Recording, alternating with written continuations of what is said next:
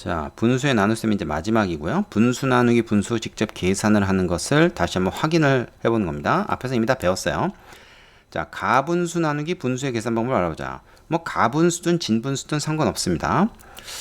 먼저 이제 통분하여 계산하기가 있고, 그 다음에 방금 앞에서 했던 분수의 곱셈으로 나타내어 계산하기가 있는데, 사실은 뭐를 더 많이 쓰겠어요? 당연히 얘를 더 많이 씁니다. 통분하여 계산하기는 아주 앞에서 한 거죠. 그죠? 어떻게 뭐 덧셈 뺄셈 하듯이 나눗셈도 이렇게 최소 공배수, 분모의 최소 공배수로 통분을 먼저 한다. 통분을 먼저 한 다음에 그럼 어떻게 돼? 4배, 4배에서 얘는 얘가 됐고요. 얘는 5배씩 해야 되죠. 분자분모의 5배씩 해서 얘가 됐고요. 그래서 여기서 이걸 나눈다 그러면 분모는 무시하고 분자끼리만 나누면 된다.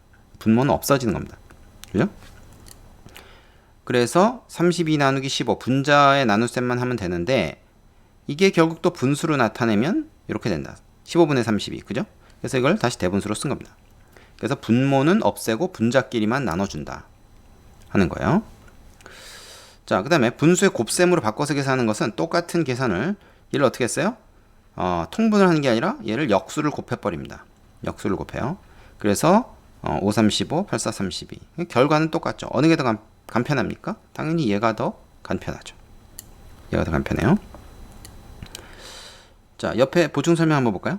자연수 나누기 분수 같은 경우에도 뒤에 있는, 앞에는 그냥 놔두는 겁니다. 그죠? 뒤에 있는 분수만 역수로 곱해주면 된다. 바르게 계산했는지를 확인하려면 당연히 얘에서 얘를 나눴어, 얘가 나왔다. 그럼 얘랑 얘랑 곱하면 얘 되는 거지. 그지? 뭐 그거는 검사식 우리가 확인해보면 금방 알 수 있는 거죠. 되겠죠?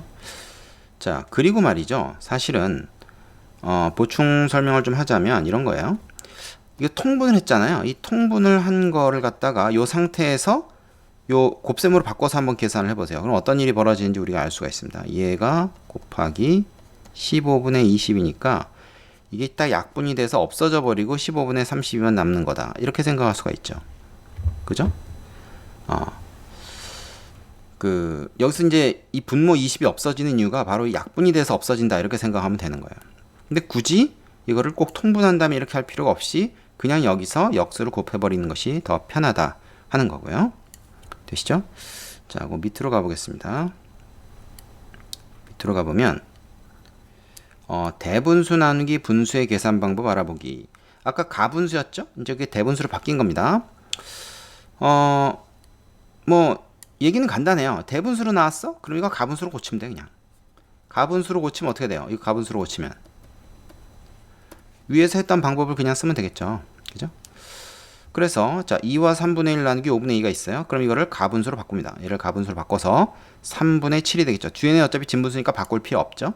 얘만 이걸로 바꿨어요. 지금 2와 3분의 1을 3분의 7로 바꿨습니다. 바꿀 수 있죠? 그 다음에 요걸 어떻게 했어요? 그 다음에 뭐 곱셈으로 바꿔도 되고 아니면 통분해서 분자끼리 나눗셈 해도 되고 그런다 그랬죠? 여기선 통분을 했네요. 15로 통분을 해가지고 얘를 요걸로 바꿨어요. 그리고선 분모 똑같으니까 무시하고 뭐 약분이 나눠진다 그랬, 없어진다 그랬죠? 35 나누기 6만 해가지고 6분의 35가 됐고 역시 이거를 대분수로 고쳤을 뿐입니다. 자, 이번엔 곱셈으로 바꿔서 계산하는 거 역시 얘를 가분수로 바꾼다. 이거 똑같아요. 여기까진. 그 다음에 통분을 하는 게 아니라 뒤에 나누는 분수를 역수를 곱하는 걸로 바꾼다. 자, 5분의 1을 나누는 것은 2분의 5를 곱하는 것과 같다. 그래서 계산을 하면 결과가 같습니다. 그죠? 자, 여기 정리한 거 한번 읽어볼게요. 대분수 나누기 분수, 대분수 나누기 대분수를 계산하려면 일단 대분수를 가분수로 바꾼다. 바꾼 다음에 곱셈으로 변형해서 계산하면 된다. 곱셈으로 변형한다는 것은 뭐야? 뒤에 있는 분수를 분자분모를 바꿔서 즉 역수를 곱하는 걸로 우리가 나눗셈을 풀면 된다 하는 거였습니다. 자, 여기까지 분수의 나눗셈이었고요. 별로 어렵지 않죠? 한 가지만 잘 기억하면 됩니다. 자, 나눗셈은 곱하기 역수와 같다. 요거예요, 결국. 우리가 이제 뭐 실제로 계산할 때는 이런 뭐 앞에 이런 내용들 다 일일이 생각하면서 하지 않고 그냥 기계적으로 습관적으로 계산을 하겠죠. 그런데 여기서 이제 중요한 거 한 가지는 꼭 기억하고 넘어가야 되는 것이 앞에서 내가 얘기했던 겁니다.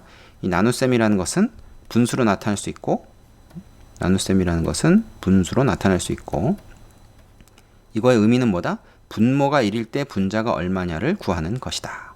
그러면 이 분수의 이 값의 의미를 우리가 얘기할 수가 있는 겁니다. 이건 꼭 기억해야 돼요.